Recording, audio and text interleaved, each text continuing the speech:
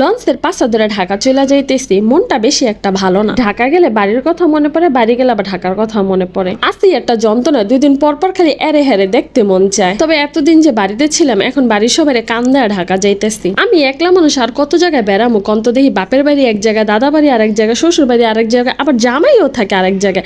একলা মানুষ কি এমন 4 জায়গায় বেড়াইতে যাওয়া যায়? তারপরে নতুন নতুন কম বেড়াই নাই, মিনিটে সেকেন্ডে মনে করেন বাড়ি করে থাকতাম না। এখন সব থেকে বড় কথা হয়েছে, বিয়ের পর তো তারা আমারে ভালো করে চিনে নেই, বা আমিও তাদের অত বুঝতামও না, চিনতামও না। কিন্তু এখন যে কিছুদিন বাড়িতে এসে রইছি না, এখন সবার কেমন জানি আমার প্রতি একটা মায়া হয়ে গেছে। আর মায়া হইব না কেন কোন? যে কথা আমি কইতাম এক একজনের হাসাইতে হাসাইতে মুতে আলাইতাম। কিন্তু আমি যে নতুন বউ ছিলাম, আমি ঘুমটা মনে দেখো আস্তে আস্তে কথা কইতাম না। আমার আবার মিনমিন করে কথা বলা পছন্দ না। বিয়ের 3 দিনে দিনে তো আমি উডানে জোরে জোরে চিল্লাইতাম। অনেকেই ভাবতো যে আমি এবারের মাইয়া কিসের বউ। তো এখন ঢাকা চলে আসতেছি, সবার মন খারাপ। কিন্তু সবচেয়ে বেশি মন খারাপ হইতেছে আমার। আমি না পারতেছি কানতে, না পারতেছি সইতে, না পারতেছি কারো কাছে কিছু কই। চলে আসার একদিন আগে কি দরকার ছিল আমার বাসায় সবসময় পরা কানের দুলের ঝুমকাটা পইরা যাওয়ার? যদিও ছোট, তারপরে এখন স্বর্ণের যে দাম, আমার এই কানের দুলের দামই পড়ে না 5,000 টাকা, যখন আমার মা এটা কিনা দিচ্ছিল। আর এখন দাম হিসাবে ওই ছোট্ট ঝুমকাটা বানাইতে গেলেও মনে হয় 2,500 টাকা দাম পড়বো। তো এটা টেনশনে আমার খাওয়ালো আজকে বন্ধ হয়ে গেছে। তাও কাউরে কিছু কইও না, কাউরে কিছু বুঝতেও দেইনি।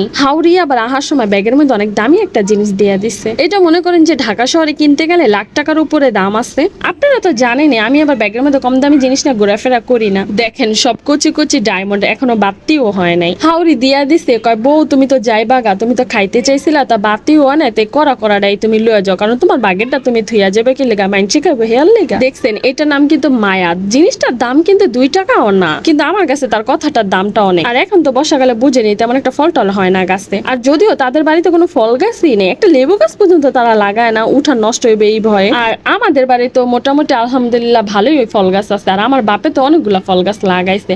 আর আমি তো কি কম, আমি নিজে করে খাই, মানুষে করে খাই, কাকিটাও খাই, আবার চুরি কইরাও খাই। মানে খাওয়া দাওয়া আবার কোনো বাসাবাসি করি না। আজকে লঞ্চে কোনো খাবার আনি নেই, কি খাবার আনবো কোন? মন ভালো নাই। পরে আমার লঞ্চ ঘাট থেকে কতগুলা হাবি জাবি কিনা দিচ্ছে। পরে আমি এগুলা খাইলে খাইলাম, না খাইলে নাই। আমি আবার হেরো করে দিচ্ছি, আপনার যদি বেশি খিদা লাগে তাহলে আপনি হোটেল থেকে খায় নিয়ে না, আমার লেগা লাগবো না, আমি খাবো না। পরে আমার জিজ্ঞাসা তোমার কি কোনো কিছু হয়েছে? জিগেলো কতক্ষণা, না জিগেলো কতক্ষণা, চুপচাপ তুমি তো এমন না, কি হয়েছে আমারে বলো। তো আমি তো এটা হারায় চুপ হয়ে গেছি, কারো লগে শেয়ারও করতেছি না। যারা সারাদিন অনেক বকবক করে না, তারা যদি হালকা একটু চুপ হয়ে থাকে, তাহলে না সাইডের মানুষগুলা মাইনা নিতে পারে না। তো আমার বর্তমান সিচুয়েশন গুলো এমন হয়ে গেছে, আমি একটু চুপ হলে সবাই ভাবে কি না জানি কি হয়ে গেছে। পরে কইলাম যে এরকম ঘটনা, ঝুমকাটা তো হারায় গেছে। কারে পাগল, পুরাটা তো হারায় নাই, যেমন চুপ হয়ে গেছে। আমি তো মনে করছি কি না কি হয়ে গেছে, না কি কইরা ফেলছো।